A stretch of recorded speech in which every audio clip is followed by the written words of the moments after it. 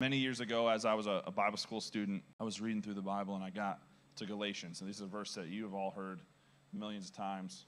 The fruit of the Spirit. When you were a kid, I'm sure you heard, the fruit of the Spirit is love, joy, peace, patience, kindness, right? We had a song that we sang in children's church about the fruit of the Spirit. And I was reading this for the millionth time, as we do when we're in Scripture. And many times I had read that before, and I was like, oh, that's cool. This is what I'm talking about.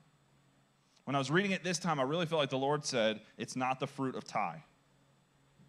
And I would say that my whole life, I had read the fruit of the Spirit as stuff that I need to, make happen. I don't know if you've ever been, super craving an apple or an orange or maybe some grapes, but no matter how hard you squeeze or focus, your arms will not sprout fruit, sadly. It would be kind of cool if they did, right? But they do not sprout fruit no matter how hard you try. If you want an apple, you have to go to an apple tree or a store. We go to the store, yeah. But the tree, it comes from the tree, right?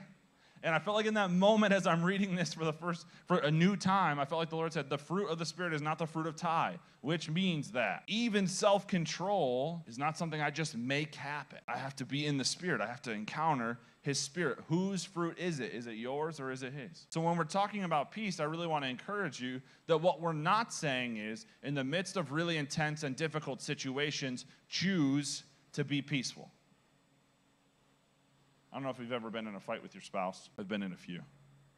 The fights with my spouse are maybe different than with yours. Sarah, my wife, is the calmest, most wonderful, patient person that I've ever met, which is a good thing because those are not adjectives that many would use to describe me. And if there was two of me in that house, it would be a scary place for you to be.